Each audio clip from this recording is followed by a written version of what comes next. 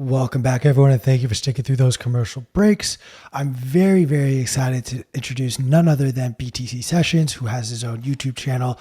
Many of you who are familiar with him, myself included, consider him probably my favorite teacher in the Bitcoin space, and I'm truly honored that you've taken the time to grace us with your presence, man. How are you doing? Dude, I'm great. I'm happy to be here. Thanks for having me. Always love chatting with you and P. And shout out to CK who's just on. That dude is a legend. Love him. And yeah, man, having a good time, having a good summer. Love Yeah, it. man. Um, So we wanted to really talk to you. I mean, you are best known for running, the BTC Sessions YouTube channel, which I had a moment of the weekend where it kind of clicked in my head. It's like, oh, sessions, like, class, BTC classes. Okay, got it. Got it. Yes. I only just had this realization like 3 days ago. So, I love it. I love it. but like let's talk a little bit about first, like, what inspired you to really go down this path. I know you very famously talk about how like you were offered a few Bitcoin to live off of in 2013, I believe. um Kind of regretting actually spending that Bitcoin now, but like, what really set you on this path to be the resident teacher in the Bitcoin space? So I think it kind of came from a place of necessity for myself, in terms of when I started learning about Bitcoin, I'm a pretty visual learner. So I was actively searching for visual guides of how to do stuff, and I could not find any. I just really, there, in and around 2014, there just wasn't a whole lot that could help me through some of the stuff that I needed to do. It would often be like, yo, go to this message board and there's some comments halfway down that kind of explain, or here's like, go to the GitHub and there's there's an explanation there, and just stuff that I found more difficult to parse through. If I was lucky enough to find something that had screenshots and examples, um, it was better. But more or less, I ended up spending 2 years kind of trying to parse through everything myself in a variety of different aspects. And once I got comfortable with it, I figured I'd just make the thing that I had been looking for so that I could at least help a few people avoid having to dig as deeply as I did for all of that type of stuff. And so I started in 2016. I started the channel. I actually just hit the 6 year birthday of the channel this past month. So yeah, so it's Heck yes, been going congrats, for. brother.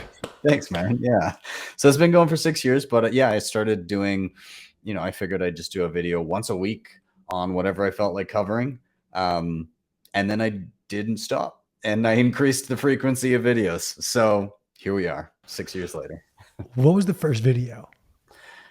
The first video, the very first one, other than like an initial intro of what the channel was going to be, I believe was either like a basic Bitcoin mobile wallet, and I can't recall which. It might have been Copay, which was like a BitPay multi-sig mobile wallet that could also be single sig, or it might have been a Bitcoin ATM, how to use one. Those were two of the first videos that I ever did. I've since, migrated to plenty of other options, but yeah, those would have been the first couple. So let's talk a little bit, because I think what you have afforded people the opportunity to have if they go out and seek it is, we talk a lot about self custody. This is self education.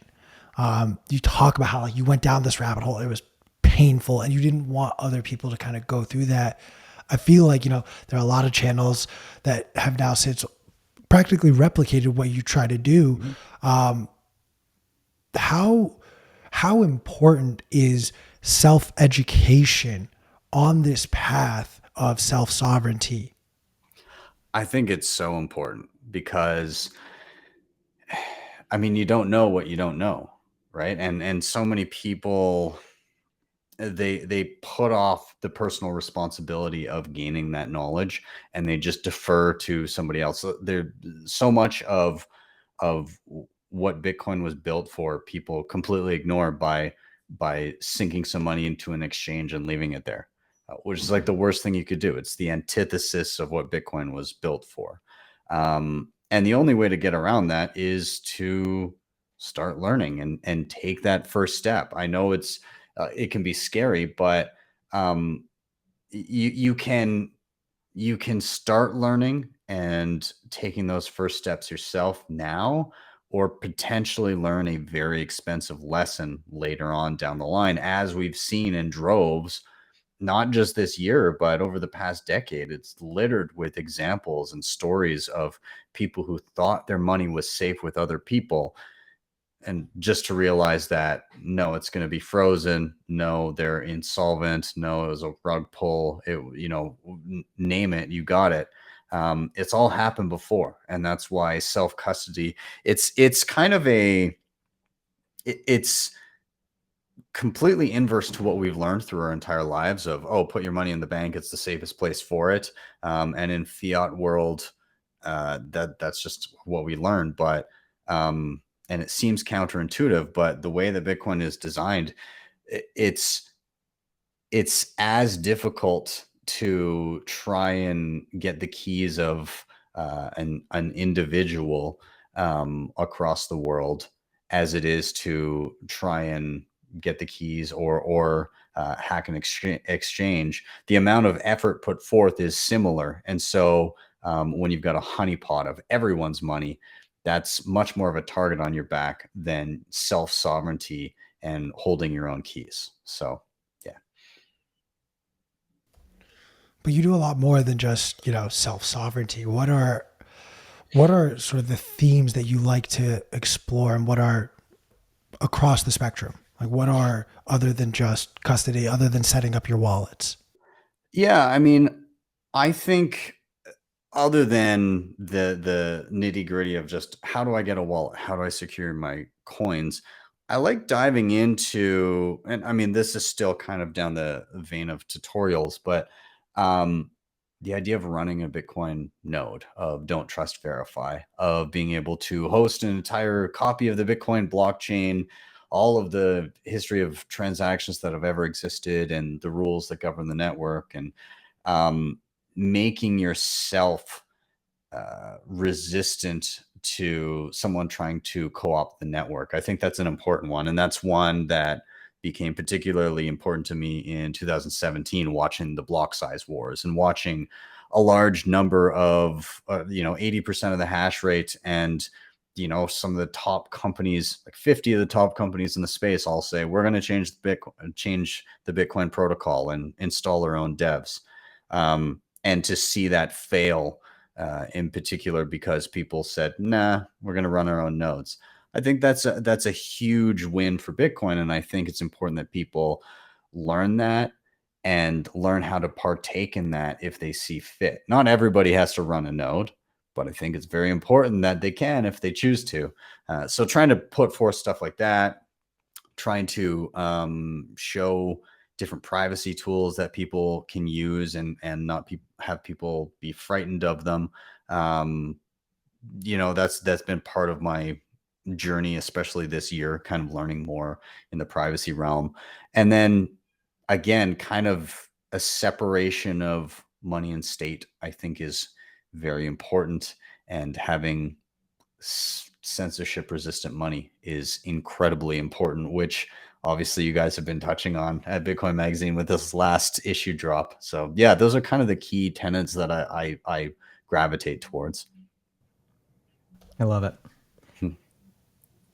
I want to ask you about just the specific process you go through. I'm so curious because your videos are so comprehensive, and they're, you go through and you edit them. How long does it take you from, idea to shooting to releasing a video in terms of all the steps that are required? Yeah, so it depends on what I'm doing. So the tutorials can vary. I've kind of fallen into a schedule where I do a couple live videos every week. So I do a Thursday news show, just kind of recapping what happened over the past week. I do a Friday panel show called "Why Are We Bullish," where people come on with different topics that they're excited about in Bitcoin currently, and those ones it's just kind of prepped through the day, do the live show, and that's it. So they're just encapsulated in a single day. But the tutorials really can vary depending on what I'm covering. So if it's a simple wallet tutorial or something like that, my flow will typically be, I'll tinker with it a little bit, kind of learn my way around the app. Then I'll write a flow of, okay, what am I going to cover first all the way through? So setup and so on and so forth, give myself jot notes, and then I'll just start recording bit by bit, intro, prerequisites you may need, setup, all that kind of stuff. I'll go through it all, edit it all together. You got to do thumbnails, you got to do descriptions, you got to upload it and share it and do all of that stuff. If it's a simple topic, I can get one of those out in a single day. If it's a more complicated topic, so one of the more recent ones that I did is I wanted to do the most in-depth tutorial on the cold card wallet that I possibly could do, that anybody has put on the internet so far. This is the MK4, right? Yes, on the MK4, yeah. So that one, it took me a day of experimenting with all of the features. I was already familiar with how a cold card works, obviously, because I use it a lot, but a lot of the advanced features I just hadn't tinkered with yet. So it was like a day of messing around with that, followed by a day of just shooting all of the different pieces. And that flowed into another day of finishing that up, editing it all together and getting it online. So that was a full 3 days, and like long days, not 8 hours. By like, it was getting into the evening and my wife was like, it's dinner and I have children that I need help with. And I was like, I'm so sorry. This You're like, one's too bad. this cold one's a card tough one. So I mean, she's very forgiving when I get into something that's a little bit more in depth and it takes a little bit more time. But yeah, that was, there were like 10-12 hour days in there for 3 days straight to get that one out. So yeah, it varies, but that's why I kind of have that flex room in there. Monday through Wednesday is like somewhere in there, tutorials getting done. It's just a question of how long that takes. I love it. What is your favorite feature of the new cold card? I have not had the privilege of playing around with one yet. Oh, okay. So there's a number of things. So the virtual disk thing is pretty cool. So I didn't understand what that even did. Uh, so virtual disk mode, typically when you're using your cold card, you're air gapping it. So meaning you don't plug it into your computer or phone or anything. It's all, you just power it separately. And then you have your whatever third party interface you're using. So in my case, Sparrow Wallet on your desktop, you set up the transaction there, you save it to an SD card, put in the cold card to approve it, and then bring it back signed to broadcast it. With the virtual disk mode, you basically have a mini disk on the cold card itself. So it loads up as if it was a thumb drive. So you can plug it into your computer, not as secure as fully air gapping it. However, you use the virtual disk to bring over the data from the transactions.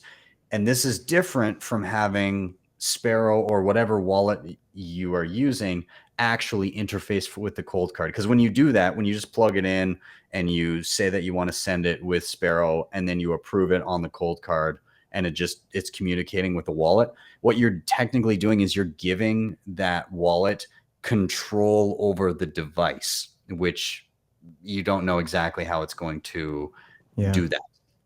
Whereas with this, you're still doing the same flow that I described with air gapping, and you're pulling it onto that virtual disk, approving it, pulling the signed transaction off and uploading it. So I think that's a really cool thing. NFC is in the process of being added to Blue Wallet. So that's going to be huge. I'm going to be very excited to play with that, but it's not out yet. So video incoming whenever that drops. But then other stuff like the trick pins on it. So anybody who's played with a cold card before, you could have like a duress pin or a brick me pin. So you'd put in a pin and it would kill the whole device kind of thing, as a security mechanism. The way they've done it with the Mark IV is you get the versatility of saying if this pin is entered, then this behavior will happen. And you can customize that however you want. If this pin is put in, I'll go to my duress wallet with a decoy amount of money. If this pin is put in, I will wipe the seed. If this pin is put in, the device gets bricked. If this pin is put in, the device will freeze for 1 hour. So you can really customize it to do whatever the hell you want it to do, which is amazing versatility. That's awesome, man. I can't wait to get one. Still stuck with my MK3. It still works fine though. The MK3 sure. has all of, like they're adding in a lot of those pin features to the MK3, and they're more or less there. Flow is a little bit different, but I just did a workshop in Vancouver on the cold card, and some had the 4 and some had the 3, and more or less they could do all the same things. The main differences were the virtual disk and NFC, of which I mentioned, but we didn't fully cover. We mostly got the basics of how to use it, and it's still MK3 holds up big time. I do love the virtual disk functionality. I didn't even realize that was a feature. That sounds extremely handy. Yeah. Yeah. I love it. Q, it looked like you were about to say something at some point during the. No, okay. So one thing that I'm curious about as well is how is the progression of your tutorials gone over time? Like what are sort of the biggest step improvements that you feel like you made over the course of your show? Because frankly, I haven't watched your earliest ones, but I feel like it was just like you came out of the gate and it was like high quality, high value stuff. Well, I appreciate that, but that definitely wasn't the case. So you're calling me a liar. I see how it is. Yes, I'm saying you're a dog-faced. What's the quote? Pony-faced, horse-faced liar, or something like that. I don't even know. whatever it was. Anyways, okay, so I'd say it took me a lot longer to get my tutorials out back then. I also wasn't as clear in a lot of my messaging. I think one issue that I've had over time is you do so many of these things that you get a little bit into the habit of glossing over things that I used to clarify every single time. So like, oh, this, write down your backup. And somebody would be like, what's a backup? Why do I need to write it down? Why is that important? What are these words? Like all of those little things where if it's a basic wallet tutorial, then you got to go back and be like, who's likely watching this? And still throw it in just in case. Regardless. I think the way in which I film, like being able to have like screen shares and multiple screens and everything, the editing process is a lot easier. It's mostly efficiency on the back end of what I'm actually doing and how quickly I can put things together. But the other main benefit is with 6 years of tutorials sitting there, I can be like, hey, if you're dealing with this, if you're using this particular tutorial, here's some prerequisites that you're going to want to know. And I've got videos for all of those. And so if rather than starting here, if you're confused about the following concepts, go to these other videos linked down below first and then come back here. And that's just something that you can't do when you start a channel. Very difficult. Whereas now I can be like, hey, I have all of the other steps that you need to get to where this video is starting from. So go there first. I was thinking, I mean, you could just like make stuff up. You could just be like, oh yeah, go check out this awesome video I did. And then just, there's no link to it ever. It doesn't exist. Yeah. I'll try not to do that. Sometimes though, I've said, oh, link to this is down below. Go check out that other video. And then the comments are like, where is it? So yeah, people have to do some manual searching, but it's always there somewhere. Very cool. I had another great question I was going to ask you. It's gone like tears in the rain. Oh, I know what it was. What are some of, this is a question I like asking people. What are some of the technologies that you were most excited about, or things that are being developed in Bitcoin right now? I think so. I've been interested in a lot of the privacy stuff lately. I think I've said this to a few people, but I'm kind of viewing privacy the way that we viewed scaling back in early 2017. But I think we're better off than we were for privacy now versus for scaling in 2017. And what I mean by that is beginning in 2017, scaling and transactions per second were like top of mind for everyone.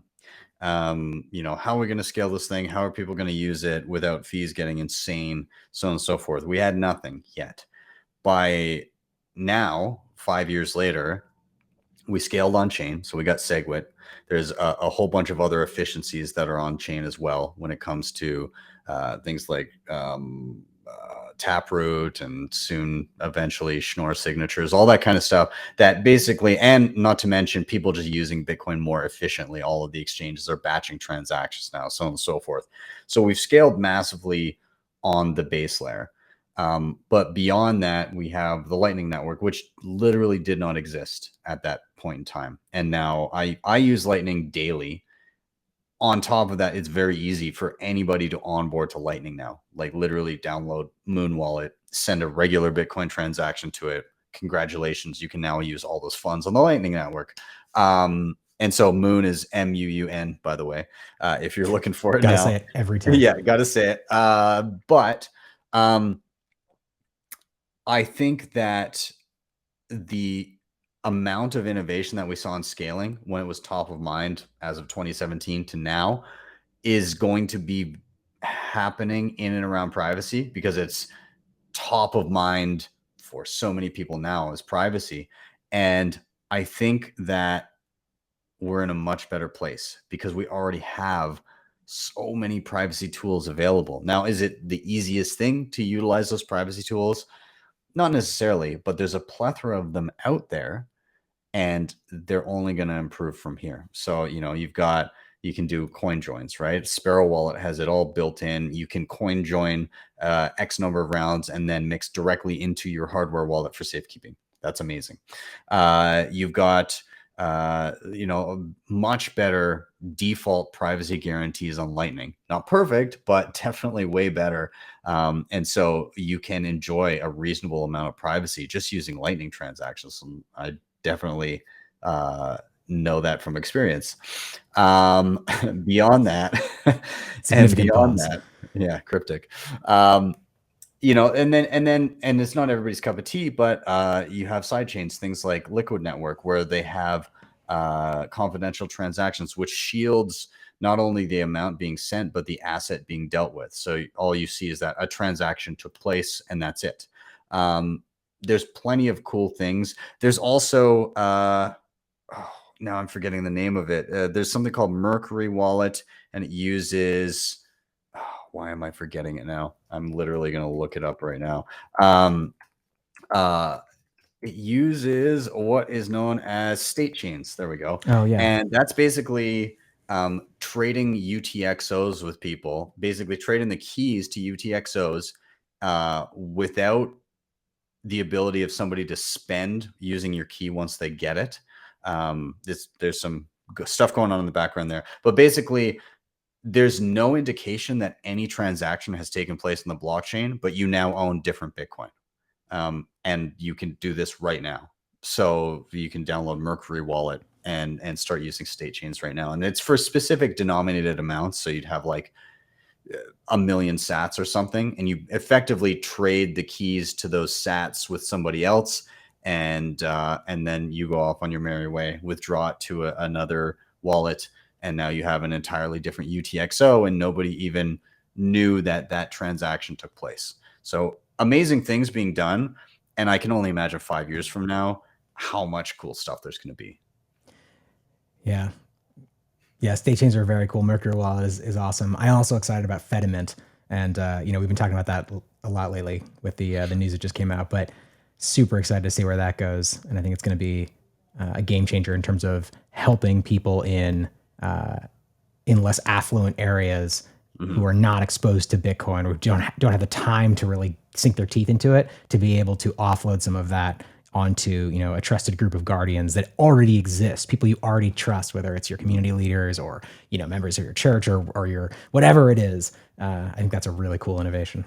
And I have to dive deeper into Fedimints. I've just I've just kind of had a cursory like, hey, this is more or less how they function, but I've got to go read the documentation and get deeper down. But this is what I mean, like this is kind of information. It's kind of been Chaumian Mitts has been a thing that's been around for a while, but has been front of mind for a lot of people. And so now I see lots of information about this dropping, and again, just another tool in the Bitcoin tool belt, and people will have different risk profiles for different things and different preferences. But the fact that we have options out there is incredible.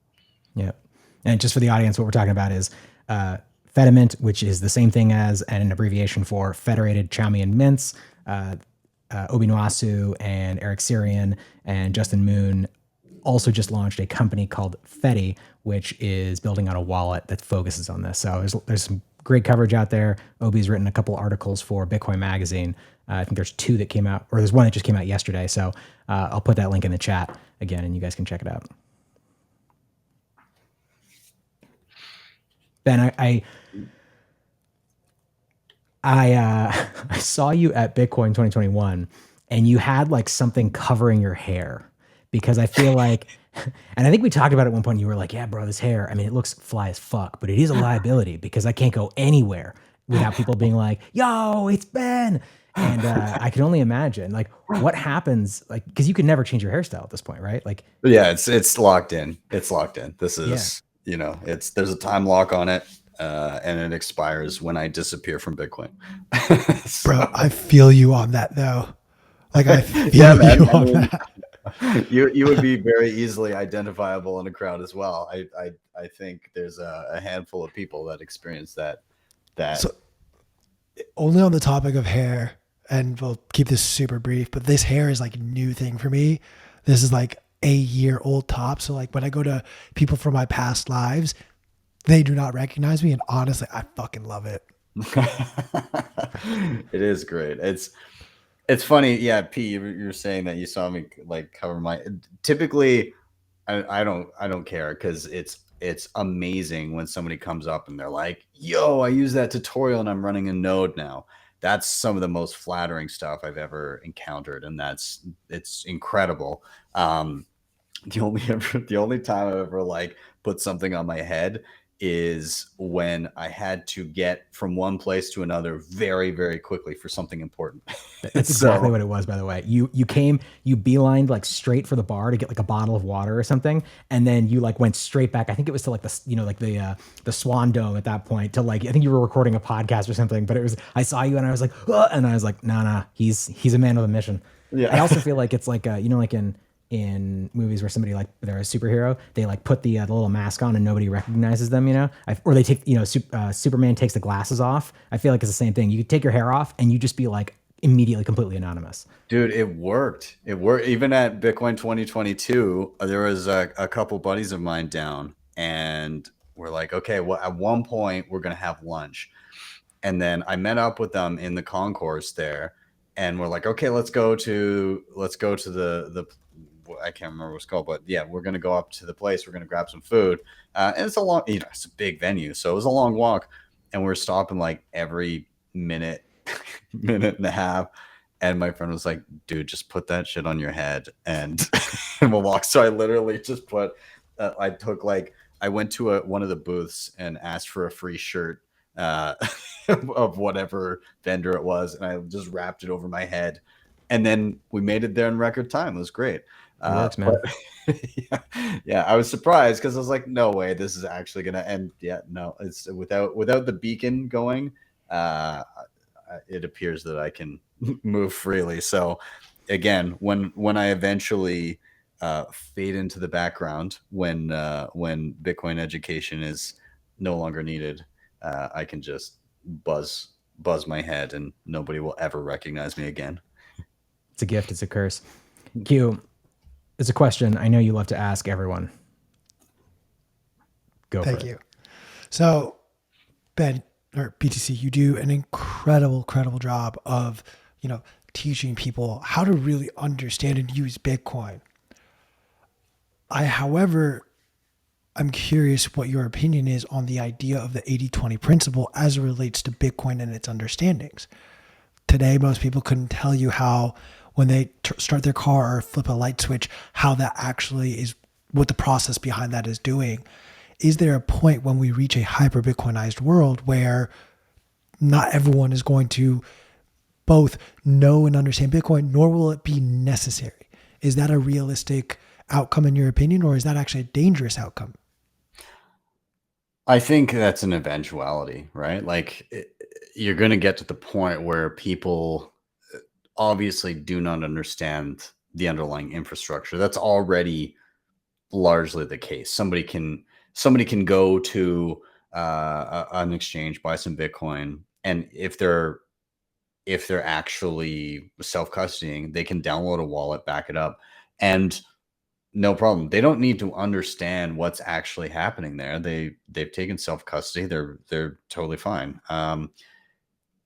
I think it's important that a critical mass of people have an understanding of the infrastructure, um, and I like this kind of hard line, maximally self sovereign group of people that keep on pushing for everyone to step outside their comfort zone towards that end.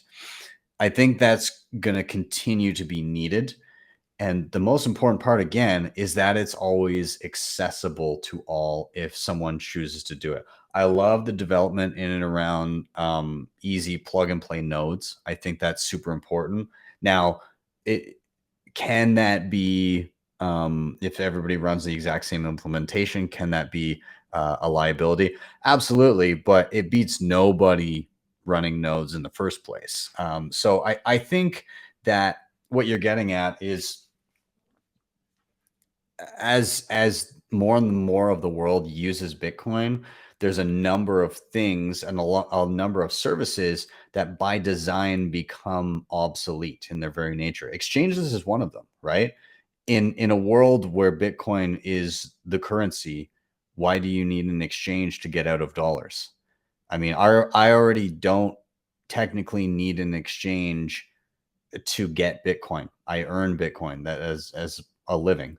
Um, and so that for me, that on ramp companies are already obsolete in a sense. Now I still need the off ramp in companies that bridge the gap so that I can pay bills where I can't pay Bitcoin directly, so on and so forth. But more and more of those things are going to go away. And people won't necessarily understand what's going on in the background, much like they didn't understand what was going on in the background when we changed from phones via phone lines and switchboards to VoIP, right? Like nobody really understood what happened in the background. All of a sudden, their phone calls just got a lot better quality and a lot cheaper. And so I think that's kind of the direction we'll head with Bitcoin. Less and less people will understand exactly what's going on. But my hope is that they will understand why it's better money.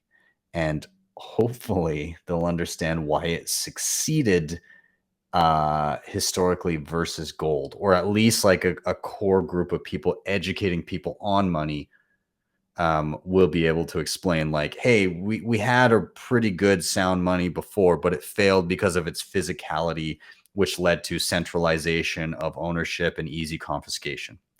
uh, um, I hope that that becomes a mainstay of financial education in the future, and I I think it's starting to be so. Um, but we will see. As long as that message gets through, I think we'll be okay.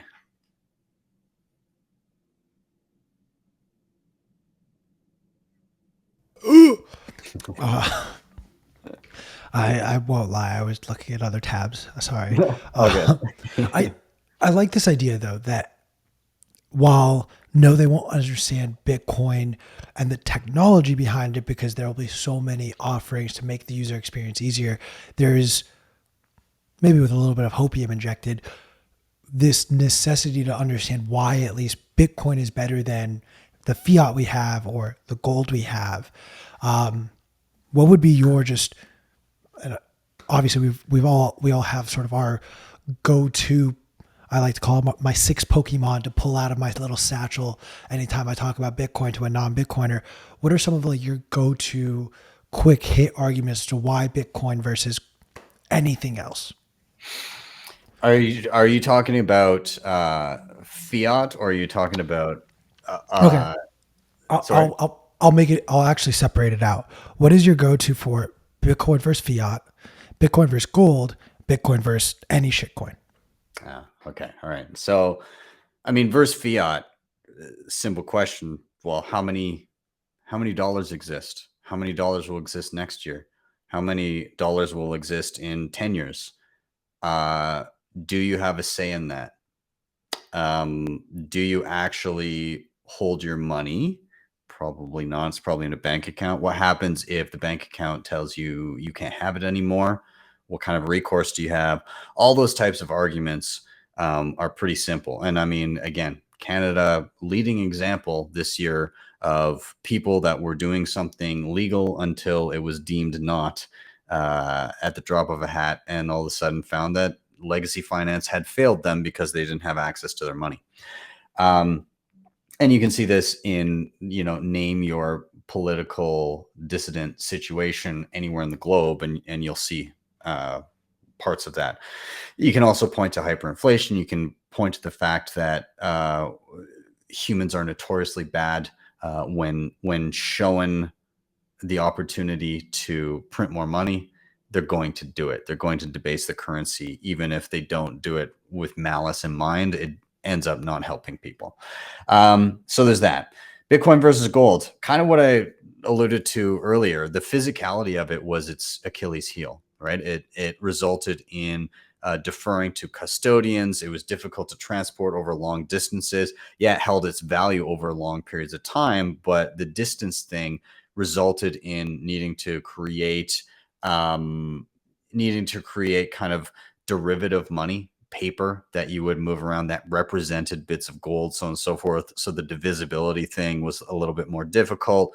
Um, and in the end, when you create a a money on gold that is linked to gold, that link can be broken because it's not an immutable link. So when somebody like Peter Schiff says, "Well, if we had a crypto that was linked to gold," it's a terrible idea because, dude, you just watched that play out in 1971, and that's exactly how it will play out again. So yeah, when it comes to Bitcoin versus all other coins, Bitcoin had such a unique early stage because nobody really understood that value could even be had there. And because of that, it was given free reign to grow that first few years uncorrupted. Um, and that's something that hasn't really been afforded to others. And at this point, the ability to change the base protocol of Bitcoin in a non backwards compatible way is more or less out the window, unless it was like a 0 day, everybody get on board and change this now, or the whole project is dead. Um, if you want to put in arbitrary changes to Bitcoin, it's very difficult to get consensus on that. And that's the feature that we want, because we want to be sure that our money is sound, that it's immutable, that it's censorship resistant. And when you can willy-nilly change things, then those promises of a sound, censorship resistant, global immutable money are called into question.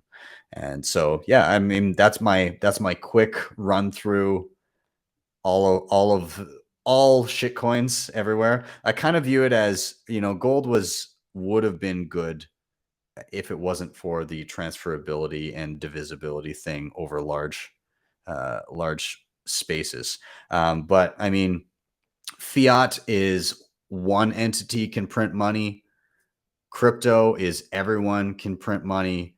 Bitcoin is no one can print money. I like that. I like that. And then so what happens when someone says to you something to the vein of, well, it just doesn't matter. I don't care to learn it. Are these the lost souls that will be forgotten in the Bitcoin standard future, or are these the people we actually have to spend a little extra time helping to drag out? Um, I don't think they'll be forever lost souls. They'll be the last holdouts will be the ones that are hurt most immeasurably by it, because they'll be the ones clinging to alternatives that don't protect their wealth and their self sovereignty. But eventually, out of necessity, they'll have to use something like Bitcoin in a hyper Bitcoinized world. And as soon as they start doing that, they will benefit. They'll just benefit less than people who were earlier benefited before them. But as soon as they get on that standard and they start earning Bitcoin for a living and saving, it changes their habits. It changes the way they look at the world. And every sat that they earn and save will always represent the same percentage of the monetary base moving forward in perpetuity. There's no debasing it. If you save 100 sats, then that will be the same percentage of all Bitcoin forever. Um, so I think that's incredible. And whereas nowadays, if your bank account showed your percentage of total dollars, that number will continue to go down in perpetuity unless you're, a cantillionaire and you're able to be closest to the money spigot. That's pretty much how it goes nowadays. Oh, I really hope they're not lost souls. They'll be all right. Like, again, in the end, once they're on that Bitcoin standard, they'll begin to benefit. I think, yeah, there can be a lot of pain in between there, though. So, how much do you like when people say it's impossible for everyone to run a node in their home? Do you just send them one of your videos with a little note saying, at one point, someone also said it was going to be impossible for everyone to have a phone in their own home? Yeah, I mean, it's definitely not impossible, right? There's parts of the world, yes, where it would be incredibly difficult to run a node when it comes to connectivity and all that kind of stuff, um, or just cost of hardware if you want to run a dedicated machine, or based on where you are. Um, but it's not everybody has to run a node. It's just important that they have the option. So you may see instances where there's a node being run for a community, and people can point their wallets toward that particular node if they want to. Um, and beyond that, like, the cost of hardware is coming down. The bandwidth issues are becoming a thing of the past. It's getting to the point now where I'm not sure how many hundreds of gigabytes the Bitcoin blockchain is, but like, you're getting not thumb drives, but like micro SD cards that are like 4 terabytes, right? So it's going to become less expensive to run a node if you choose to over time. And eventually it'll probably be pretty feasible to have one on a phone. Like, my phone right now is 128 gigabytes, and there's definitely phones that have more space than that, and you can add in SD cards to them that are whatever size you please. So yeah, like, it's becoming more and more feasible that you'll be able to run a Bitcoin node on the fly. And I mean, that's inherent to Bitcoin's design. That's why there's been this kind of guarding of the block size limit, of trying to limit the amount of data that's being parsed every 10 minutes. Because if you kind of leave that door wide open, then it can become prohibitively expensive, either technologically or actually monetarily, to run and maintain a node. And we've seen the perfect example is Bitcoin SV, because even exchanges that hosted and like bought and sold Bitcoin SV are like, we can't do this anymore. We can't even run the node, dude. Like, it's like terabytes and terabytes of data of just like spam transactions to be like, look how many transactions we can do. So it's a losing battle. And they've kind of proven that just in trying to show how much they can scale. They've shown how impossible it is to scale in that manner. So yeah.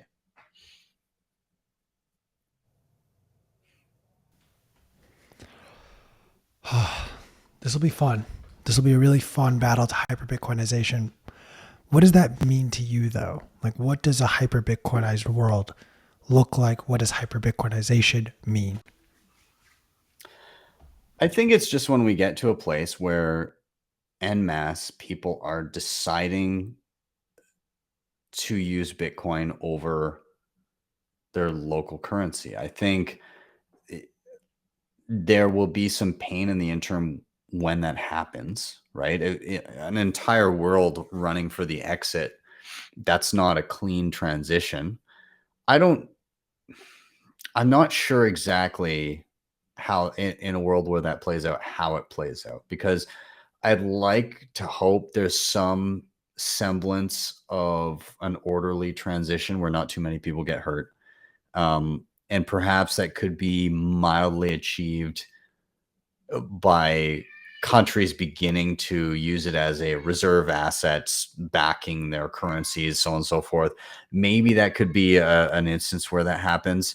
But I think it's going to be a little bit more of a quick, like, oh my God, more and more countries are using this as a reserve asset. More and more people don't want to hold dollars and lira and whatever other currencies, and so they're dumping them. I think there'd be some degree of chaos in forex markets and things like that. But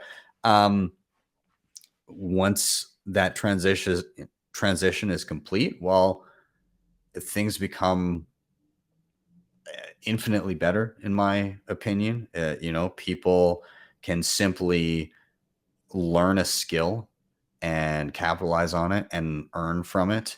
And they don't have to become a professional investor. They can simply earn and save. And like magic, their money will still work and continue to work and preserve its value into retirement and likely appreciate in value depending on population and human ingenuity. It's very likely that your savings will just have a gradual deflation to them, and I think that's a beautiful thing.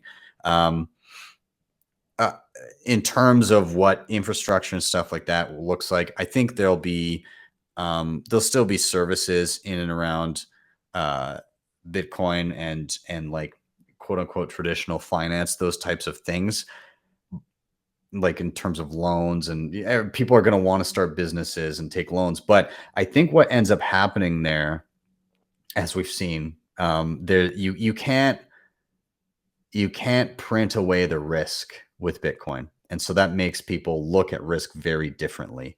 Am I going to lend my Bitcoin to somebody for a few percent with risk of a total loss? No.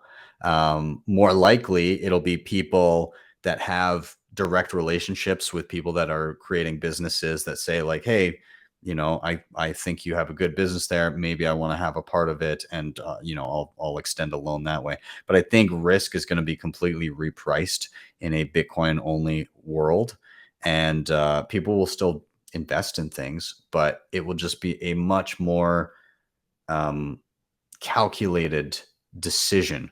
It's not going to be people saying, well, gee, I get my paycheck and I know for a fact I can't just save that.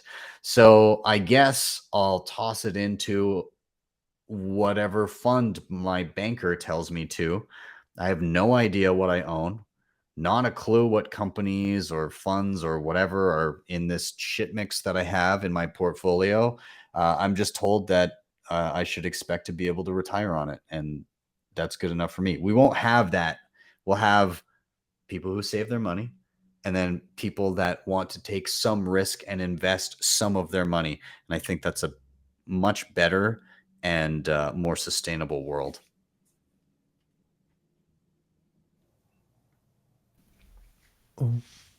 Will I'm not trying to be an asshole to say it like this, but like, what role will people like you who are educating have in a hyper Bitcoinized world? I hope to be obsolete, to be honest. Like I think that the channel begins to disappear when most people get how to create a wallet, um, when people know how to secure their Bitcoin themselves. Um, yeah, I don't know. I think that I become less and less necessary, and I think that's a great thing. That's kind of the goal, right? Like I don't want to constantly have to re-educate people on things. My hope is that they'll get educated and they'll start to learn about how Bitcoin works. And then a lot of this stuff will become more and more intuitive over time. So, and I am still here. Sorry, my camera just crapped out there. But regardless, I want people to be able to learn this stuff and be able to continue on their own education. I don't think I'll be super necessary in maybe a decade, but perhaps I might be a little necessary if there's a ton of other innovation and apps and different things that you can do in and around Bitcoin. So I could be wrong. We'll see if it's necessary, and there's a ton of other tools that people don't intuitively know how to use in a decade's time. Then maybe I'll be here with a gray streak in my hair instead, still teaching plebs how to use the next thing for Bitcoin. We'll see. So I want to shift topics slightly. You had some pretty interesting experiences, to say the least, around the protests that happened in Canada. Can you take us through at a high level sort of your involvement, what happened? And really the question that I want to ask you is, how did that change your perception of Bitcoin and where we are sort of in this process of Bitcoin becoming a much larger thing for more people? Yeah. So yeah, the beginning of this year was a tough one, and it kind of came at me pretty fast. But so the long and the short of it is, the trucker protests basically began to materialize when a number of people basically were told, like, you don't have body autonomy, and if you choose not to get vaccinated, then as truckers, you're no longer allowed to cross the American border back and forth. And so they basically lost their livelihoods. But that also extended to even people traveling domestically. So any Canadian that wasn't vaccinated couldn't get on a plane, a train, a boat, any sort of domestic travel. And and more or less that has remained. It had remained for extended periods of time, like up to recently. I don't even know what the current what our current regulations are now. I believe they've lessened a little bit, but like even up until last month, as a Canadian, you still couldn't even get on a local flight, but you could go to a hockey game with 20,000 people side by side without a mask, and it was totally fine. So, anyways, that's kind of the context around the craziness of some of these restrictions, where people lost their livelihoods, couldn't leave the country if they didn't like it either. Right. So people will say, oh, if you don't like it, leave. Well, there was no option because our only land border was the US, and you needed to be vaccinated to cross it. And you couldn't get on a plane to fly to any country that didn't have restrictions. So that's kind of where things were at. So this ended up being the largest protest in Canadian history. And all these truckers converged on Ottawa, our nation's capital. And effectively what happened was there were a couple guys in and around Ottawa. One was BJ Dichter, one of the organizers of the convoy itself. And then there was Nick, aka Nobody Caribou, a Bitcoiner that was in Ottawa supporting the truckers and doing some Bitcoin things there. I believe both of them had previously posted just Bitcoin addresses on Twitter, or just raising a little bit of money. Things kind of got some traction. Greg Foss had spoken with Nick and I believe BJ previously, and then on Twitter reached out to me and said, hey, is there any way we could accept Lightning donations on this? I said, sure, I could probably figure that out. And I ended up creating a couple things. One was a donation page on Tallycoin that would accept on-chain donations and Lightning donations to my Bitcoin node. The second was I created a Twitter handle called Hong Kong Hodl, and kind of started posting there that, hey, this is a donation page. And then I began coordinating with Nick, BJ, Greg Foss, and Jeff Booth was another person that was involved here. And we created a multi-sig wallet between all of us.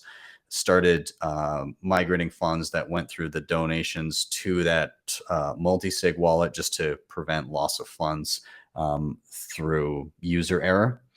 And so my initial thought was, just to give an idea of scale, I thought, given the previous donation addresses, that we would, maybe get a few $1,000. So my initial goal for the donations was 10 million sats on the page. We got that like almost immediately.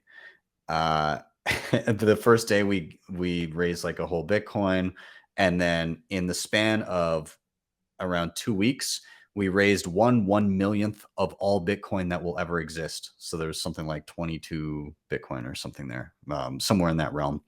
At the same time, as this was happening, and forgive me for kind of parsing the timeline and not perfectly here, but the government effectively declared it illegal. So the protest was seen as an illegal occupation of the nation's capital.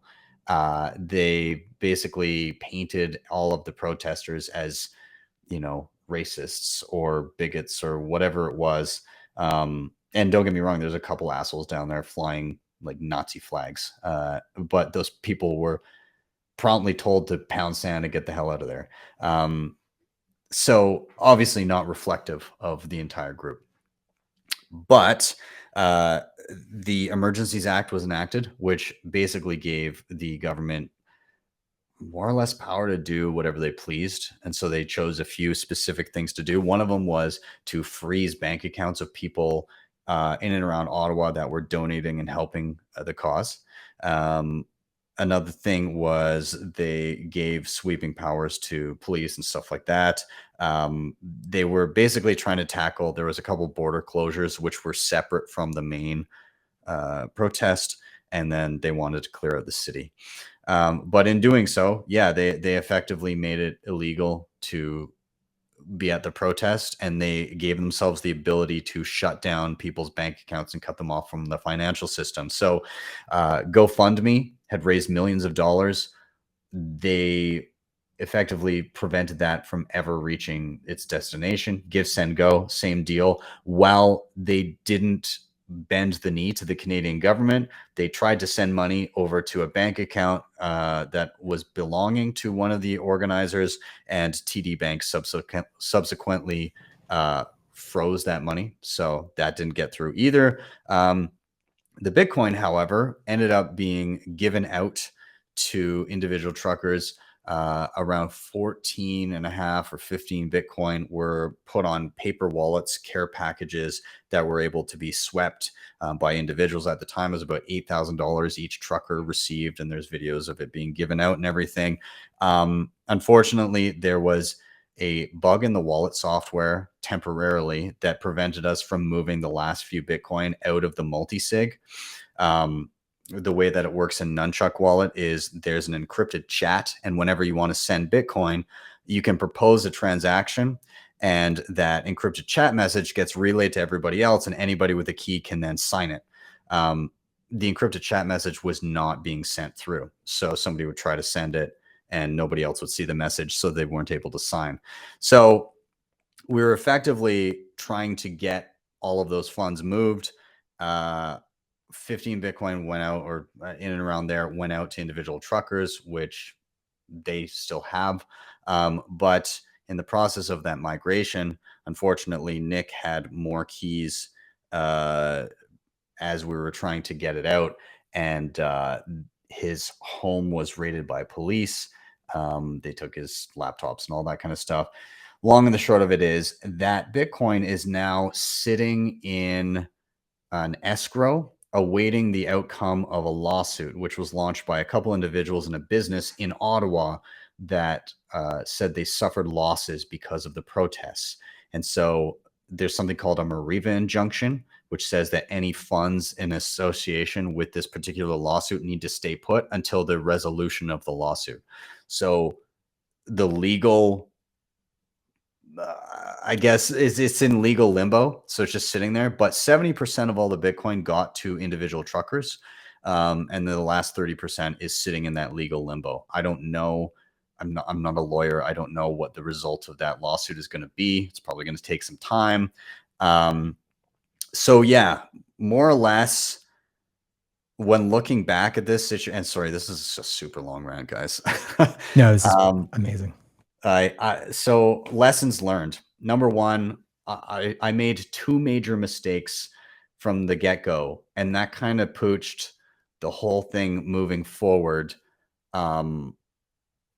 so that even any of the funds were able to be taken. So maybe three things that I would change.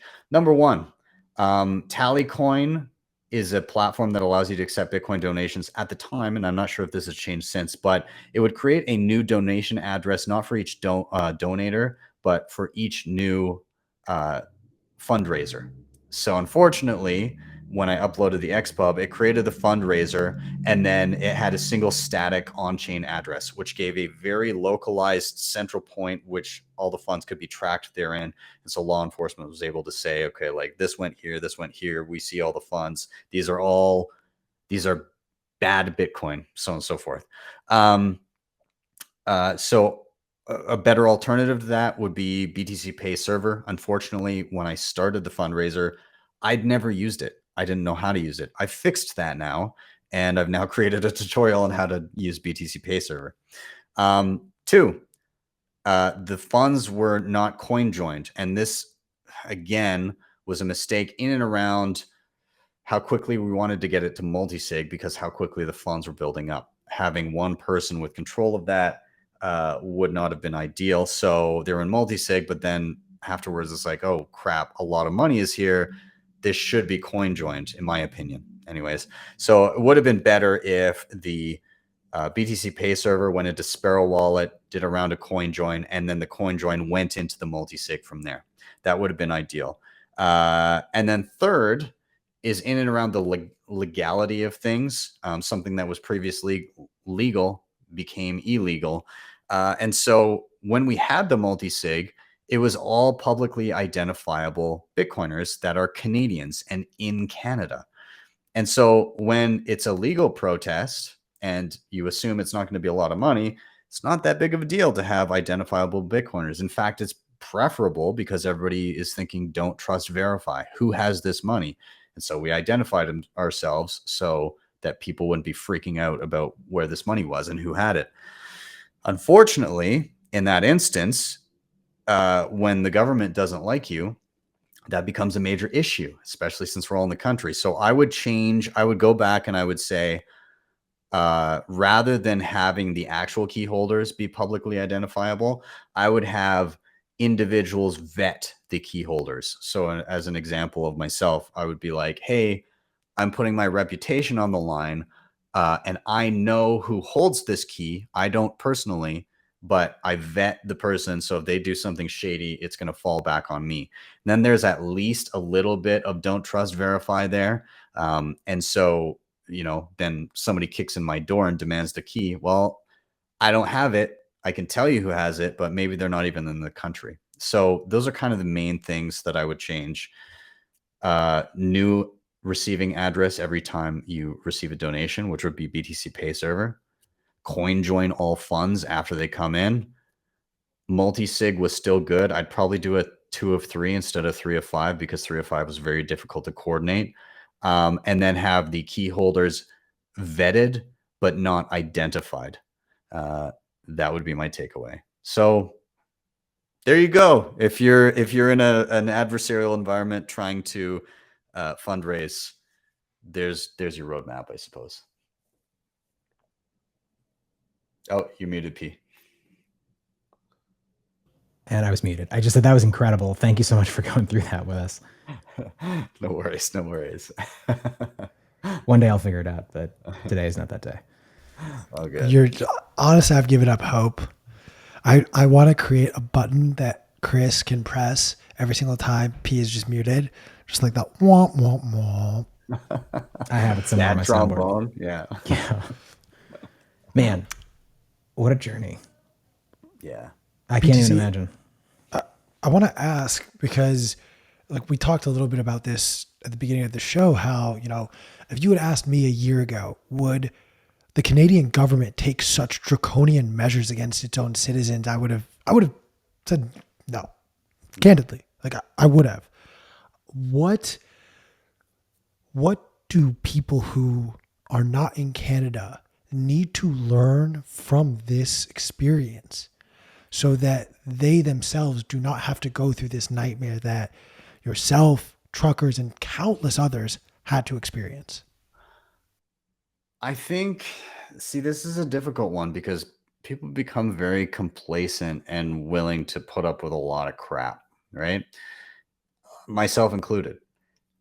And so I think the main takeaway is to always, be willing to push back even on the politicians that you think you agree with. Hold them to task, but also be be self-sovereign, right? The only really the only thing that worked here was the censorship resistant money. And not even perfectly because the tools weren't used to their full extent, but I would say be as self-sovereign as possible while still holding anybody that does have influence in government to a high standard and hold them to task as best you can. Um,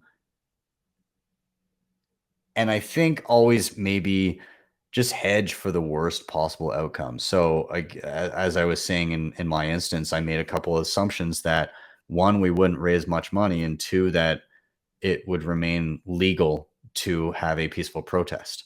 And neither of those things remained true. Had I gone in with the assumption that maybe we're going to raise a lot of money and maybe this is going to become illegal, I would have gone through all of those steps to ensure that it would remain resistant through all of that. And I see in the chat here, Alexander using Paynim. Absolutely. Paynims are awesome. And again, I started to go down that rabbit hole after all of this went through. So I've now made a couple tutorials on how to use Paynims both on Samurai and on Sparrow Wallet. And they're awesome. So anybody watching that doesn't know what a Paynim is, it's basically a public identifier that you can share without sharing a Bitcoin address. And then that means there's no easy centralized point of saying, oh, this address belongs to this person. And now I can begin to track their funds and begin to piece together what they have. So a Paynim, somebody can link to you and then they'll be able to generate addresses for you to be able to send you money without you having to post in a public forum an address that anybody could audit. So I love it. P, I have a fun, so off topic question. So, unless you have something more to contribute, I want to sidetrack us completely. Go for it, dude. BTC, the last time you and I got a chance to really talk, I was on your show, and you admit, and I'm not shy to admit it, like we're MCU nerds. Love and Thunder. Did you see it? Did you like it? This is the first one that I haven't seen like right out the gate, sadly. Ooh. It's because I was on a road trip. So I was doing my workshop in Vancouver. So I left 2 days prior to it coming out. But me and my wife are in the midst of setting up date night so we can go to it because that's her Hollywood crush. So I'll take that L right there. I'm no Chris Hemsworth, but I'll try. All right. So, who's your Hollywood crush? We heard who your wife's is. Ana de Armas. Oh, yes. Yes, She's she is great. super hot. But I mean, my wife finds her super hot too. So that's we're together on that one. I love that. I love that for you guys. Ben, I wanted to give you the opportunity to also answer. Have you ever been to Amsterdam? And what's the first thing that comes to your mind when you think of the city? I have been to Amsterdam. I was there actually with my wife for we weren't married yet, but in 2012 we went backpacking through Europe for 3.5 months, and so Amsterdam was the first place that we got to together. And it was a great city. I really enjoyed it. The canals are amazing. So I don't, I don't really smoke a lot of weed, but we decided to partake while we were there, and we were staying in this little hostel hotel. I'm not sure exactly what it was, but we were basically in an attic. And to set the to set the stage of where we were, the stairs were so steep in this place that I could stand in front of the staircase and reach my arm out straight in front of me, and I would be touching a stair. That's how steep they were. So we had to traverse this in our giant backpacks. Um, but down at the main check-in area, tiny little cafe, the whole place reeked of weed. And then they had an assortment of edibles there. And so we picked up a space muffin, and the dude at the front desk asked if we smoke very often. I was like, last time I had any maybe was 6 months ago. And he was like, ooh, you guys better split this. And so we did. And so we each had half a space muffin, and we walked around for about an hour, and we both couldn't really feel anything. And right as we were saying how much we couldn't feel it, it was like somebody punched me directly in the brain. just just and my wife heard me say, "Oh my God." And she's like, "What? I don't know. I still don't feel anything." And then she went silent for about 30 seconds as she went through the exact same process. And then we just wandered aimlessly, and we're super paranoid, and somehow eventually made our way back to our hostel, where we then like sat and kept on are you okay? Yeah, I'm okay. Are you okay? So there's a lot of that. But there's a really, maybe I'll find it, but there's a really great picture of us that we managed to snap. We were like, we've never been this high before. So we'll just get a good like selfie style. And our eyes are just pasted together and like just mid. Yeah. So I will tweet that. I will find it and I will tweet that photo out after this show. I Please, promise. I'll tag you. Do it. please. Do That it. is hilarious. I'm so sorry that you had that experience. I'm definitely going to bully you into taking some sort of a space cake or smoking a joint with me in Amsterdam while we're there. Dude, well, first I gotta make sure that I'm going. I do want to go. I don't know if I'm if I c- I don't know in what capacity, but I would love to maybe partake and speak or something, whatever's needed. So yeah, Amazing. You yeah, heard it here first, Alex. Fucking yeah. go. Alex, get me there. Yeah. I want to ask, but just as we're kind of wrapping up, I know you've been doing some workshops, some in-person workshops specifically around using the cold card. Can you, like, what's going on there? Can you tell people about it? How can they learn more about these? Yeah, so I just did my first in-person workshop. I've done plenty of like one-on-ones with people. People are always asking, like, despite the fact, and I should caveat this by saying I always have free stuff. So anybody who wants to learn, there's always going to be free videos on what you want to learn. However, some people, they just want that extra hand holding and the ability to like on the fly be like, what is this? What, how there's something I encountered that wasn't in the tutorial. And like, they just want an hour of me sitting there with them. And so I do a lot of one-on-ones like that where people go and they'll book me for an hour on my website. Um, However, I thought it would be kind of cool to be able to have a classroom setting and like have an in-depth, like deep dive workshop. So I did my first set of those in Vancouver on the 16th of July. So just this past, 5 days ago, 6 days ago, whatever it was. And they were great. So I did a learning self custody workshop, and it was like a 3 hour kind of marathon. So everything from like getting your funds off the exchange, setting up a basic wallet, using it, doing transactions, understanding transaction fees, deleting and restoring your wallet. We got into using Lightning and showing how Moon works versus how Blue works and different backups. And then we discussed different types of hardware. So I gave a rundown of kind of all the top hardware options out there to kind of set them on their next steps towards self custody and security. So that was kind of the morning session. And then in the afternoon session, we did a 4-hour deep dive on cold card.